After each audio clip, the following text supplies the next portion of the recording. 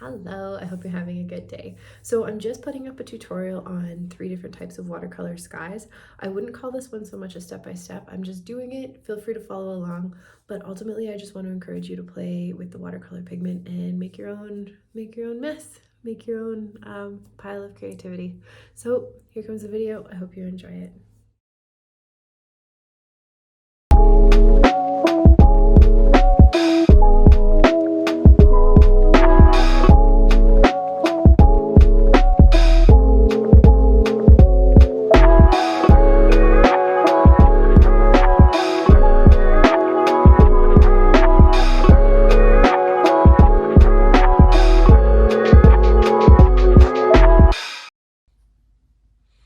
So I wanted to do a little bit of a demo on various watercolor skies. There's not going to be a ton of talking in this, and I'm going to have to do a little bit of time lapse, but I had this roll of art tape, and I always enjoy watching people work with it, and then that satisfying like removal at the end where you've got these nice crisp edges. So we're going to test that out today. This is supposed to be, I think it's like a low tack artist tape, so it's not going to like take the entire texture of my paper off, although I've been proven wrong on that before. So I'm gonna go ahead and I'm gonna mix in 3 different skies. What's kind of nice with this, when you're doing washes for skies, they need to be kind of continuous and the paper needs to stay a little bit wet.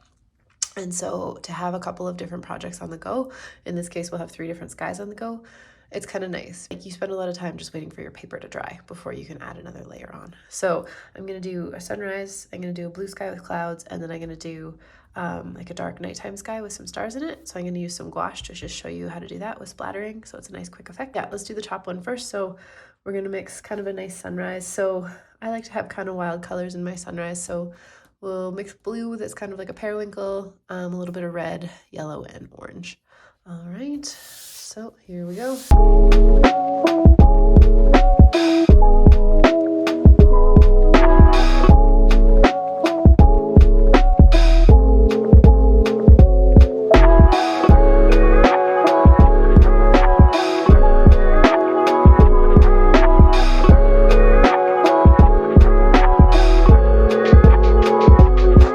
Okay, so all my washes are ready, so you can see they're quite prepped. They're pretty wet in there. It's good. You want to have a good mix, good amount of pigment in there. So we're going to go ahead, we're going to start with the top square here. So we're going to do a cute little sunrise. Okay, I'm going to go with my biggest brush. It's a number 12. I think it's just 1 inch. So I'm just going to get a nice even wash on the paper with that. And yeah, I think I'll use this brush for everything today. Okay, so go ahead. You can see my water's a little bit dirty already. Okay, so I'm gonna get that first wash down nice and even. So the thing that I want to avoid is puddles. So I would have shared that in an episode already. So I showed you the mistakes that I made on that San Francisco sky. So you can see there's a big puddle right here. You don't want anything like that on your paper right there. So you want to make sure you've got a nice even wash so that your paint's going to spread nice and even. And then the other thing to look out for is dry spots. So if anything starts to dry, you're going to get another type of hard edge, which you don't necessarily want. Okay, so here we are starting in with our watercolor sky. So I've got a nice even sheen, maybe just a little bit of a puddle right there. Let's just pick that up. Okay, so I'm actually going to go ahead. I'm going to start with the yellow on the bottom just for fun. Yellow on the bottom, really nice and thick. So I'm not going to layer it all the way up. I'm going to concentrate the color towards the bottom. Clean that out. I'm going to put the periwinkle on top. Again, I'm going to concentrate the color at the top of the box. So you got to move pretty quickly, which is why we want to prepare that paint beforehand. Okay, so right there we've got a really nice mix. So I'm not renewing the color and I don't want to touch them. I want them to blend into each other. Okay, so that's looking pretty beautiful like that. Okay, they're almost touching. The blue color is concentrated mostly at the top, which is what I want. And now that that's in,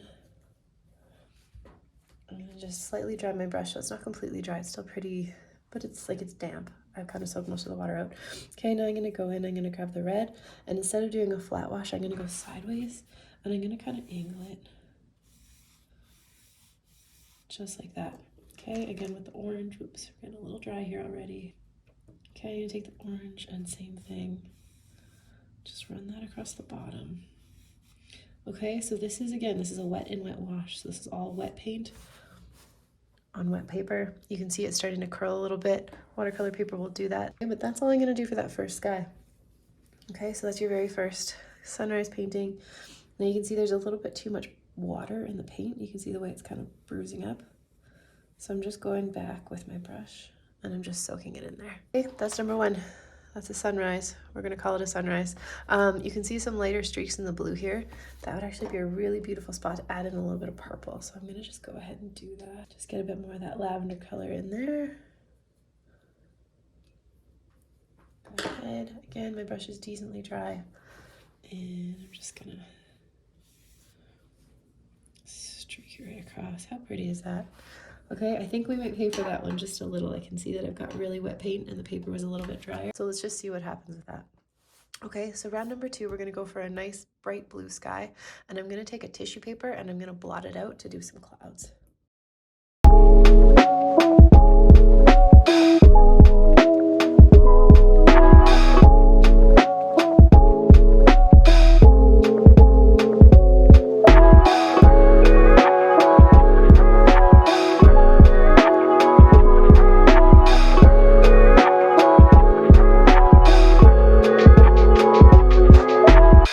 Okay, so we're gonna set that aside. Come back over here. Okay, I'm gonna preemptively take a tissue. Okay, it's clean. So I'm gonna crumple it just a little. So get it kind of balled up like that. Okay, so what I'm gonna do, I'm gonna get a wash on, I'm gonna apply the blue, and then I'm gonna go in and I'm just gonna dab little pieces of it out. This is to start to build up clouds, and then we'll go in with a second wash and add a little bit of a layer underneath. So again, we're gonna start with that nice flat. Get a good wash on the paper.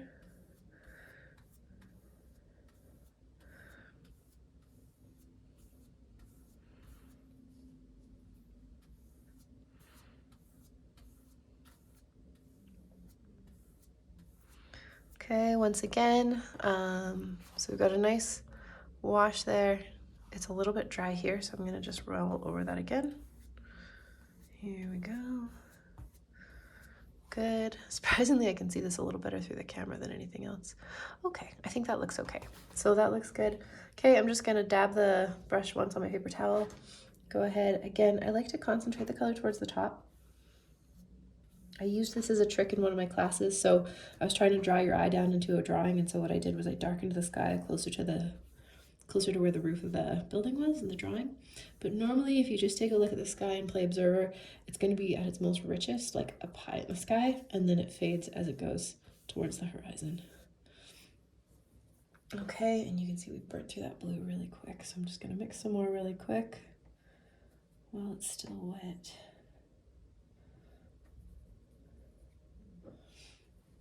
Go ahead, and I'm just going to grab that pigment again and just keep running it through. Honestly, this has been so nice for me. This has been like a return to my roots and just a chance to like get back into playing. It's been so many years since I was able to play. So honestly, this teaching's been enriching for me as well. So it's still pretty wet. You can see that. I'm gonna just grab this piece of tissue paper. It's kind of crumpled up. And now I'm just gonna go in and kind of blot. Okay, just kind of blot. Okay, so you can see it just instantly lifts the water and the color out of the paper. And if you're really observant on clouds, they're kind of flat on the bottom. The closer they are to you. Let's do one more here. So that's layer one on clouds. So honestly, if you even just leave it like that, it's kind of nice. It doesn't look bad. There's nothing wrong with it. But what we are going to do is wait for that to dry entirely. I'm going to do another wash, and then I'm going to layer in kind of a darker gray at the base of them to give them some weight and pull them down. Okay, so here's our first two. So what have we got so far? We've got a sunrise. It's drying pretty beautifully, actually. Cloudy skies, and then we're going to do a nice nighttime scene at the bottom. All right, so let's move this aside again. Bring this back over. Okay, so there is a hard and fast rule in watercolor that you don't use the color black. I do not have black in this palette. This is a dark gray here with red that ran into it, unfortunately. So I'm gonna mix between these two palettes. This one, I might even have brown in it. It does. So this is where watercolor I find is a little bit forgiving. I'm fully gonna just leave this brown in it. Add in some gray.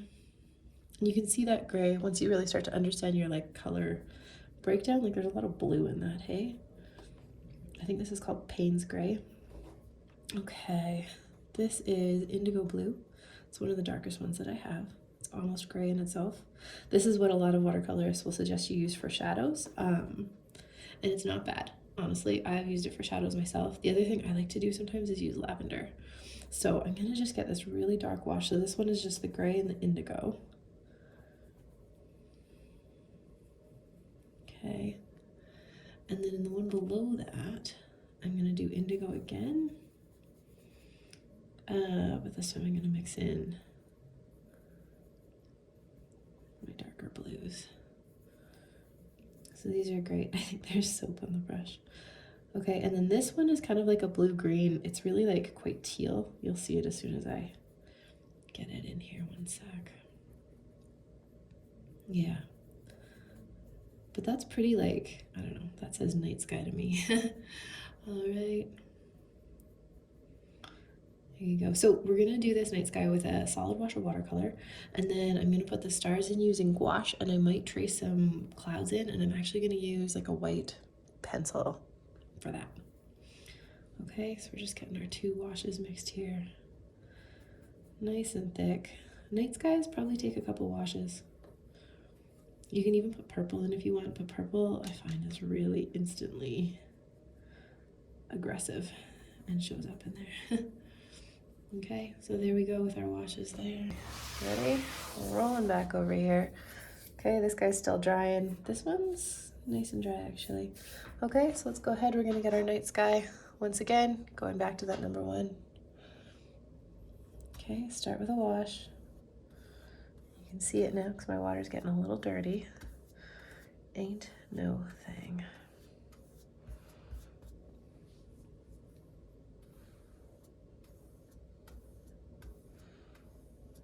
There we go. Okay, so I've got my nice even wash, got a little bit of dust in there. All right, yeah, so you can see, again, it's a nice sheen, it's not a puddle. We can even wipe this down the side here. I didn't mean to get that. This there, it's gonna wreck my nice sexy tape line, but all right. So let's start with the darkest one. Get a good wash, on it goes. I'm gonna be less particular with this one and just mix the two colors. And just for fun, let's actually play with like the direction of it. So this one's gonna be less perfect, but it'll also kind of build the case for why I tend to do stuff in lines. Okay, so you can already see right away, you know, we want like a nice dark sky. This is dark, but I don't know if it says night sky to me or if it says like thunderstorm. So you might end up doing a couple rounds of this color.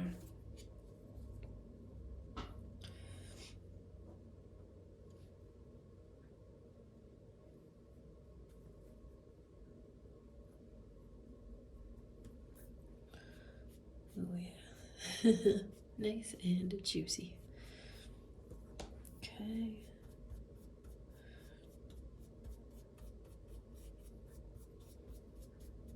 Okay, so this is where the time-lapse feeling kicks in. So my camera's at about 20 minutes. I'm gonna just turn it off.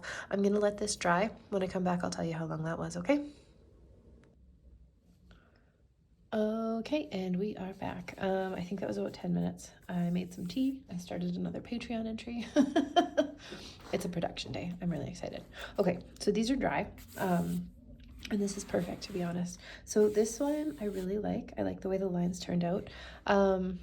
If I was gonna do it again, I think I would do a few slices of blue down here through the yellow, just because it feels to me like two different paintings right now. This one's nice and dry, so this is awesome. We're gonna go ahead, put another wash on, and then I'm just gonna put some shadows in at the base of the clouds. And then this one, our dark sky, I'd kind of like to add another layer, so I will do that. The paper is just slightly cool, which tells me it's still a little bit damp.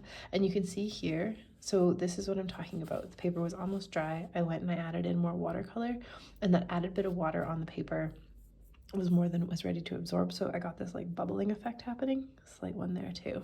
So again, that's one of those mistakes to kind of watch out for. But otherwise, this was kind of fun to experiment with. Like, you can't really tell that this was done in vertical lines, maybe a little, whereas this one, you saw the way we did it, we kind of just flapped all over the place. So I'm gonna just go ahead, remix my darks. This top dark here is what I'm going to use for the bottom of the clouds here, and then I'll remix those colors and apply them here again too. Okay, so this one's completely dry, the paper is warm. This one, the paper is still cool here. But we're gonna go ahead, a brand new wash of water, just right across the top.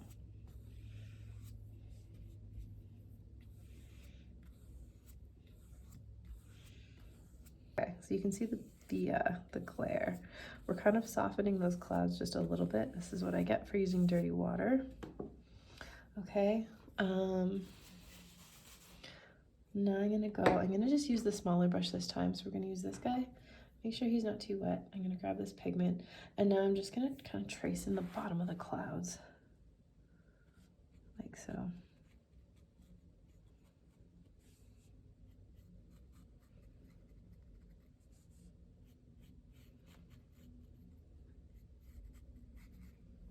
Okay, and that's all we're gonna do there.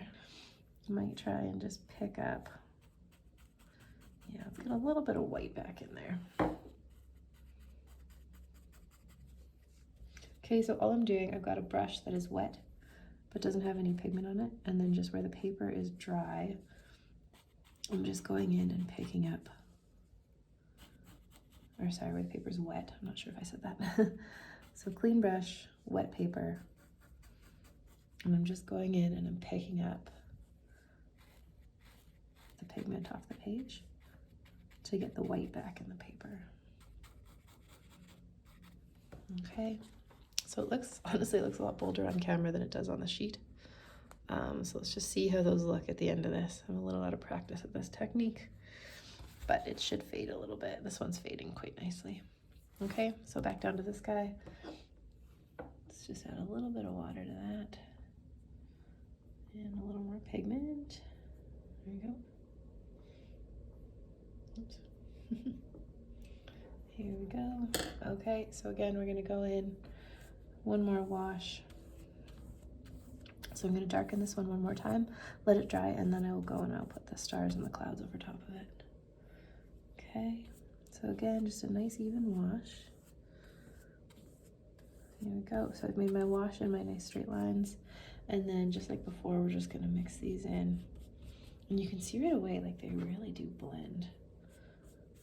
So it's not like you're getting a lot more darkness in the pigment. But it does kind of look like it covered up that one cloud, so that's nice.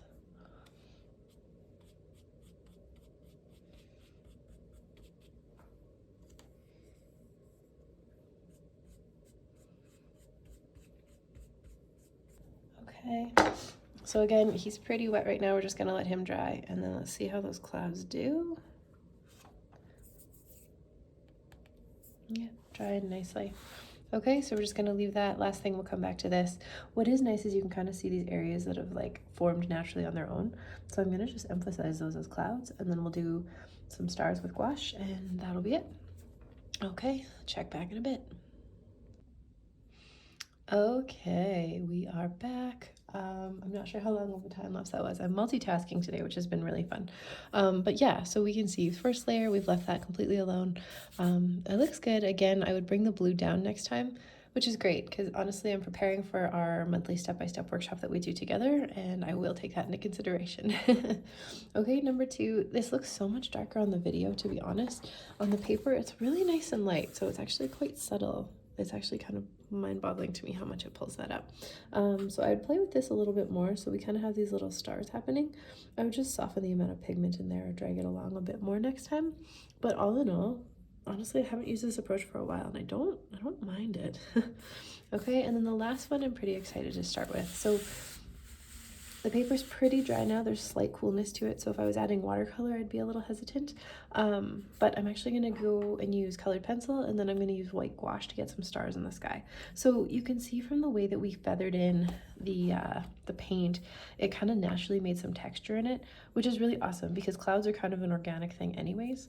So I've got this white wax crayon here, which typically you use you'd use it like underneath watercolor, but I'm gonna try and use it over top. And then this is a broken Prismacolor pencil crayon. So I'm gonna just sharpen that quickly and play with that as well. So this was a common complaint I've heard about Prismacolors now that I've been using them, is that they break a lot. And it's true, like they're so expensive. They're very like soft and they blend beautifully, but they break all the time. I'm gonna start with this one first. So you can already see that there's like a natural texture occurring that kind of gives the outline of clouds. So I'm just gonna lean into that. I'm trying to just get this little piece of string out of the way here. Okay, but we can kind of start to build just like a soft feeling of the night sky. Yeah, which I'm kind of enjoying already.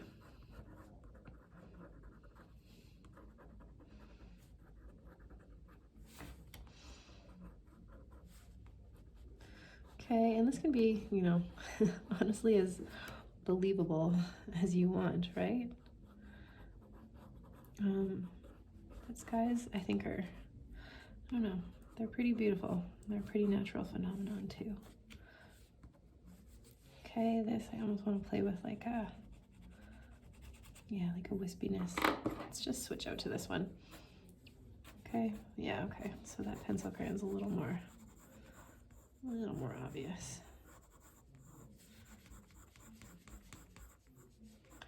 Okay, so we're just having a little bit of fun.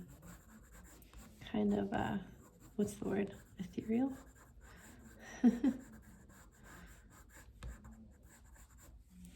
Okay, so yeah, got a few like wisps appearing in the sky, and then with the white wax crayon, we've kind of just gone and made some cloud shapes. So what I'm gonna do now, let's just whiten that up a little, fill it in.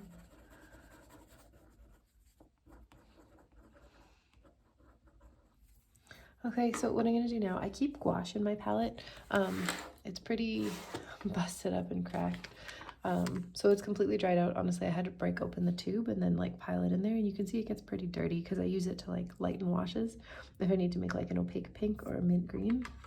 But yeah, I'm gonna show you, it's my third technique that I share for watercolor, which is splattering, where you kind of do this. So I'm gonna go ahead. My brush is actually dirty, one sec. Let's clean that off. There we go. Okay, so I'm gonna go in and I'm gonna just get the gouache as like thick as I can onto my brush. So it's as concentrated as I can get it.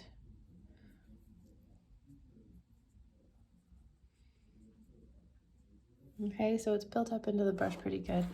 And now I can either just knock it on here, or I can splatter and build a starry sky.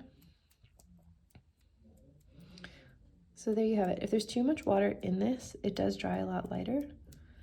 But for now, there we go. Kind of a night sky appearance. So now I'm just gonna wash my fingers. Wash my hands. You do get kind of dirty fingertips from painting, but otherwise it's fairly clean. There we go. Okay, so it's already starting to dry, which is nice. I'm gonna do the satisfying thing and take the tape off. Move this aside. Okay, here we go. This is supposed to be the best part.